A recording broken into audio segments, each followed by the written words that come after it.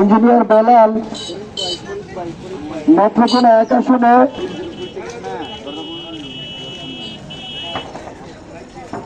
সংসদ সদস্য হিসেবে প্রতিনিধিত্ব করছি। আমার মার্কেটে বলার আগে দুটো কথা বলি। পৃথিবীতে যতগুলো দেশ আছে, যতগুলো জাতি আছে, প্রত্যেকটা দেশ এবং জাতির একটা মূল্যবান সম্পদ থাকে, মহামূল্যবান। আমাদেরও আছে, সেটা হচ্ছে আমাদের স্বাধীনতার পতাকা। আমাদের এই স্বাধীনতার পতাকার ব্যাপারে ধর্ম, বর্ণ, জাতি, গোষ্ঠী, পেশা, শ্রেণী কারো ব্যাপারে কি কোনো আপত্তি আছে ভাইজানরা? আমরা স্বাধীনতার পতাকাকে সবাই ভালোবাসি, এই ব্যাপারে তো কারো কোনো সন্দেহ নাই। তাহলে এই স্বাধীনতার পতাকাটা উঠিয়েছিল জনাব আসাম আব্দুর রব সাহেব। এটা আপনারা মুরব্বীরা জানেন, নতুন প্রজন্মের হয়তো অনেকেই জানে না।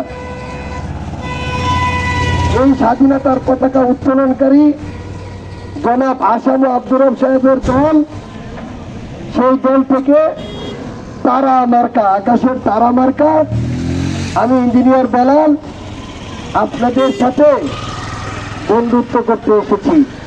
নেতৃত্ব নয়, নেতা 55 বছরে ভোট দেখছেন। এই নেতৃত্ব এই 55 বছরে আপনারা যারা দেশের মালিক, আপনাদের চিন্তা, চেতনা, মতামত, গবেষণা, অভিজ্ঞতা এগুলো রাষ্ট্রীয় সম্পদে রূপান্তরিত করতে পারে নাই। কারা পেরেছে?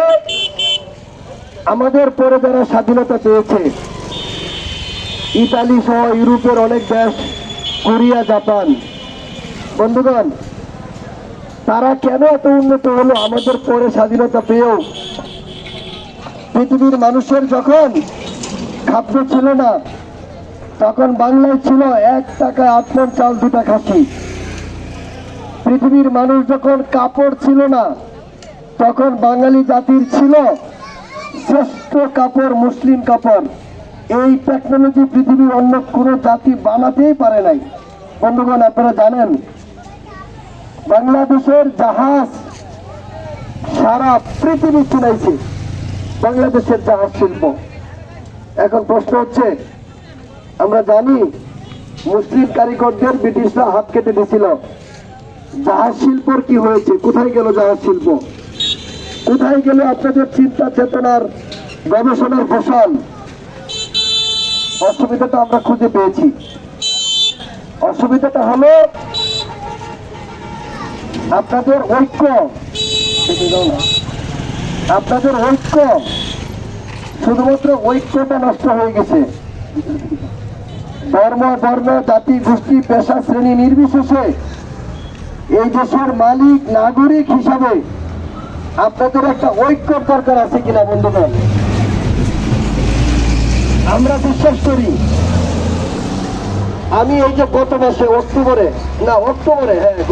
অক্টোবরে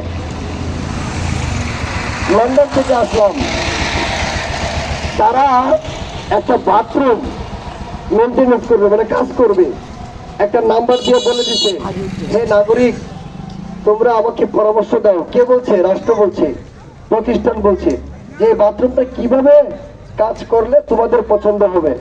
আমার দুঃখ হয়, আপনারা 5 বছরের জন্য এমন একজন বন্ধু নিয়োগ করবেন না, যিনি আপনাদের চিন্তা চেতনাকে সম্পদে রূপান্তরিত করতে পারে।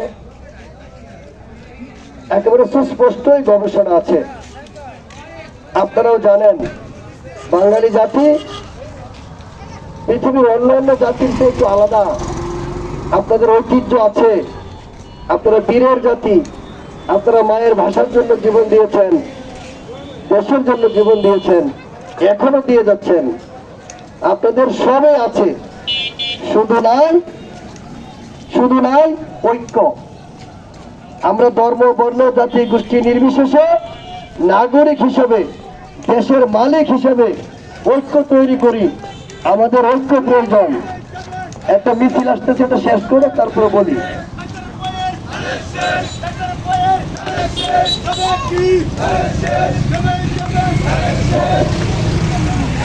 সৌন্দর্যটা দেখলেন, একটা সৌন্দর্য গেল কিছুক্ষণ আগে, এটা কেমন সৌন্দর্য সেটা বলি। যারা 55 বছর হয়েছে তারা দেখছেন এই 55 বছরে নির্বাচন মানেই এক মিছিল আরেক মিছিলের বাইরিয়া পুকুরে ফেলাই দিছে, দেখছেন না এগুলা? এই যে একটা মিছিল গেল, আমাদের মধ্যে কেন ধাক্কাধাক্কি নাই? প্রশ্ন আসে না, কেন নাই?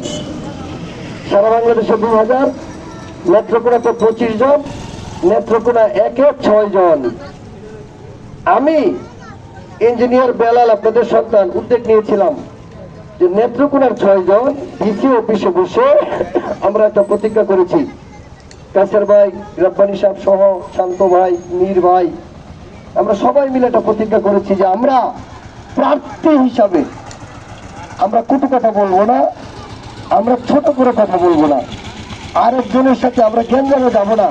দেখবেন আমাদের কর্মীরাও ঝামেলায় যাবে না।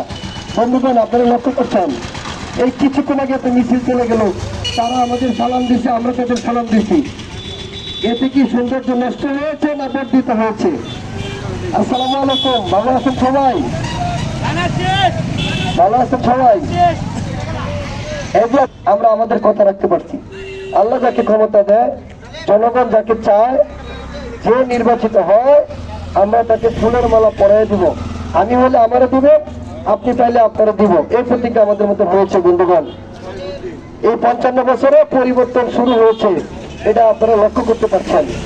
আসলে বক্তব্য দিতে গেলে সকাল পর্যন্ত দিতে পারবো।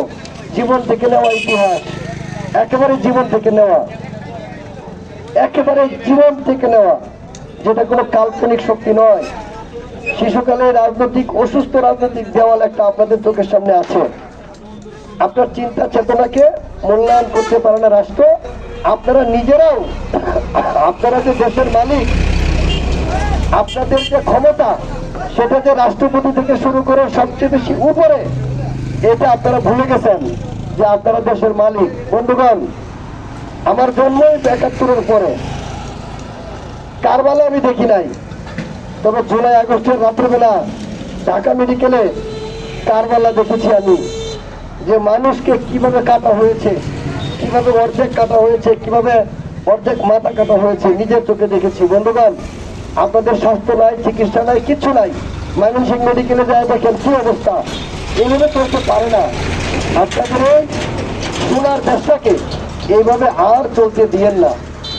আমি বন্ধু হতে এসেছি আপনাদের। 10টা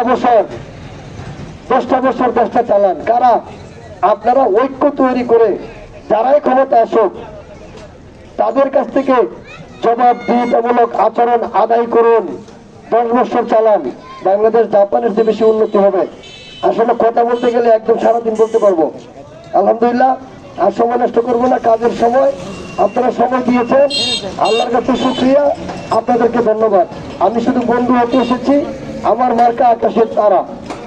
সকলকে ধন্যবাদ। আসসালামু আলাইকুম। আমি কি একবার ভোট চাইছি?